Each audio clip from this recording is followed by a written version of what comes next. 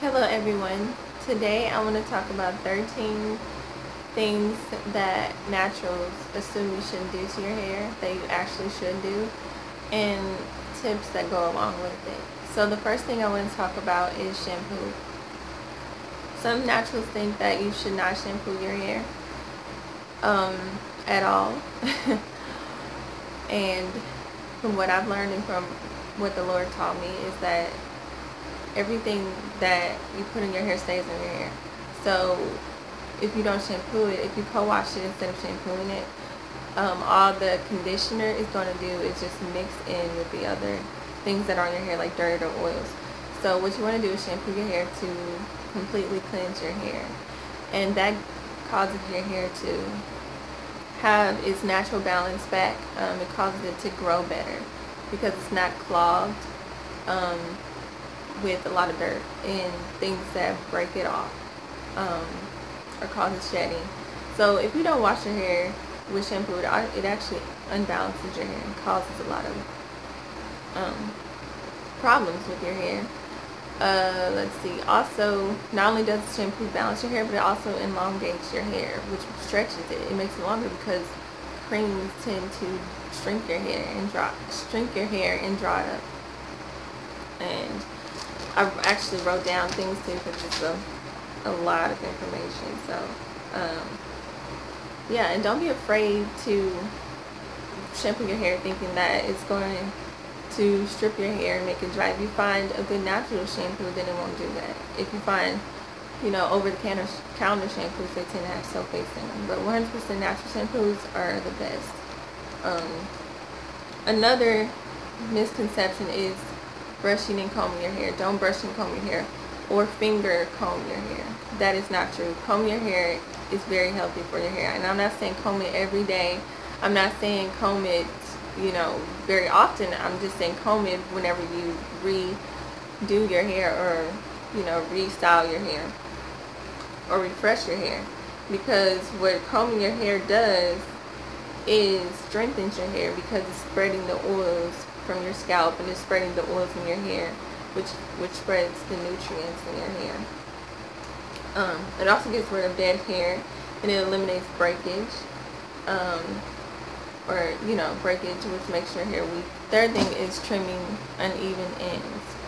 So trimming your hair is actually good for your hair, and the reason why trimming your hair is good for your hair is because when you don't trim the uneven ends, as your hair, the uneven ends break off, they pull the even ends along with it. They pull the strong hair off along with it. It gets tangled in the strong hair.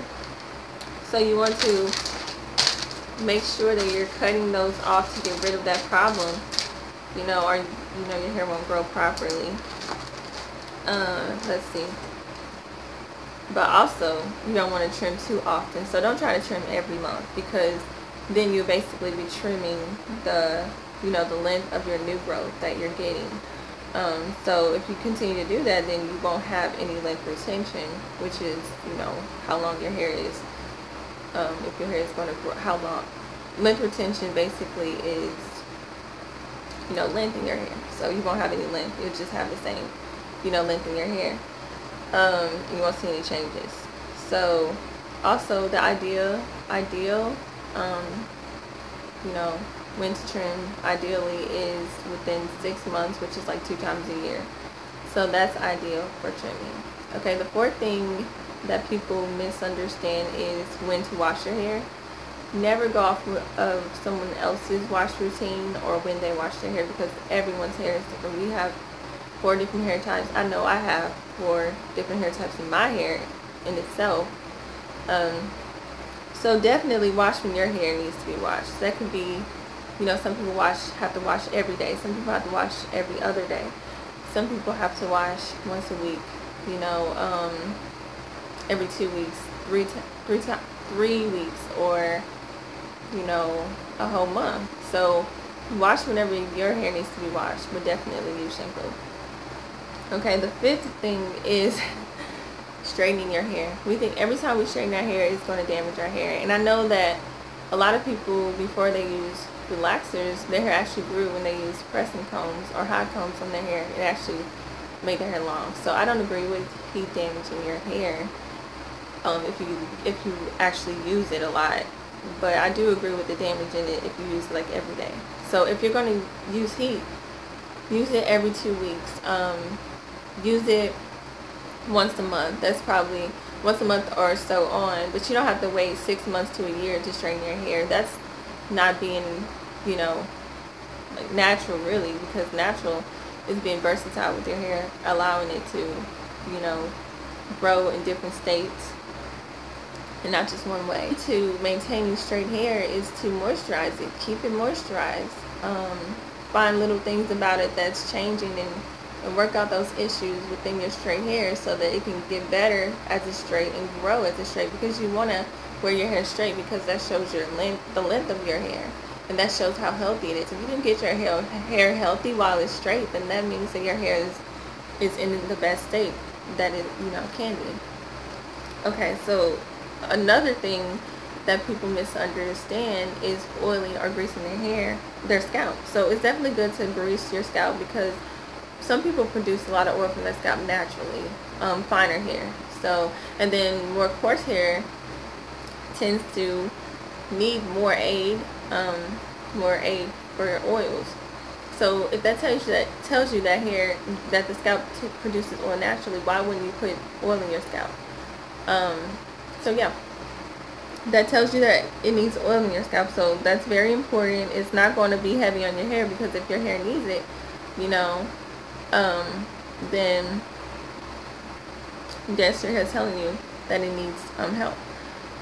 Okay, the seventh thing, or the next thing, is sometimes your hair isn't always dry. Sometimes it has a lot of protein in it, and having so much protein in your hair can cause it to seem dry, but really the protein is causing it to be hard and stiff, which I know that my hair, I assumed it was dry, but really it was really had a lot of protein in it, so that caused it to seem the way that it did. But what I realized is, yes, it needs to be moisturized, but it also needs to be soft. So I had to focus on making my hair soft. Okay, the next thing is every product that you buy is not natural. Growing your hair has a lot to do with what you don't put in your hair, as well as what you do put in your hair. You know, and even I've come to even realize that the over-counter products are actually not completely natural. If you find products from Walmart or Target or Walgreens, any kind of popular brand, it's going to have natural ingredients, but it's going to be mixed with chemicals or alcohols, and that's bad. The key to finding good natural products is to go to an actual natural or whole food store. You know, so that's what I realized about that. The next thing is protective styling. So protective styling is the best, low maintenance, because you don't want to constantly pull at your hair and manipulate it. That's kind of pulling it out also. You want to give it time to grow. You want to give it time to be strong. So yeah, if you want to wear braids or do a wash and go, or you know, have a protective style in your own hair, that's good. But the key is to like switch your hair, because you don't want to you know, cause your hair to break that way either.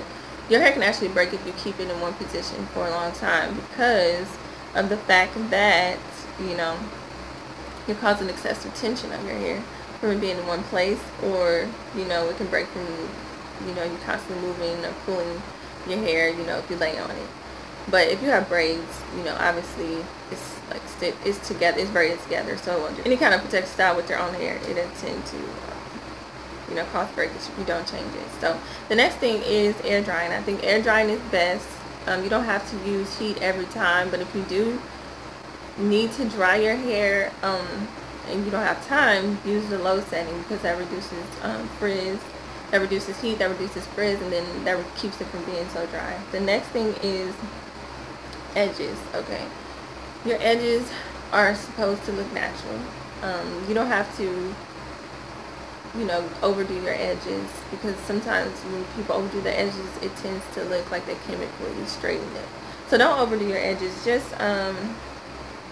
you know, try and you know, make edges, but don't overdo it. Don't make, if it comes out of place, it comes out of place. You know, if you can get it right, you can get it right until you finally get it right. But don't try to, overdo your edges, if that makes sense, overstyle it either, because that's not being natural. Next thing is, your hair is not always going to turn out right. So don't get frustrated. What you need to do is just enjoy how versatile your hair is. If it's frizzy, you can't do anything. Well, if it's frizzy, you should try to change that. But if you try to make like a braid out, twist out, it'll come out right. Then what you should do is just wear a wig or braid it, and then wait till next time to change it, because you don't want to keep bothering your hair. You don't want to be stressed out. You want to be relaxed. You want to be patient and calm about your hair, because frustration can kind of cause it to be imbalanced too. Your emotions have a lot to do with it, and it might not be as enjoyable as if you were more calm. And then the last thing that I want to say is, be patient with your hair. Don't compare your hair. Be positive, and don't give up so easily. If your hair seems like it's growing slowly, because a lot of times you have to, growing slowly, but focus on your hair being healthy, because a lot of times you're still learning about your hair. It's not going to grow right away unless you really have your hair down. So focus on learning about your hair. It's a journey. It's about being healthy. So let your hair teach you, basically. Don't try to do what everyone else is doing. Do what your hair tells you to do. And those are the 13 tips and the 13 misunderstandings that I want to go over. And God bless you.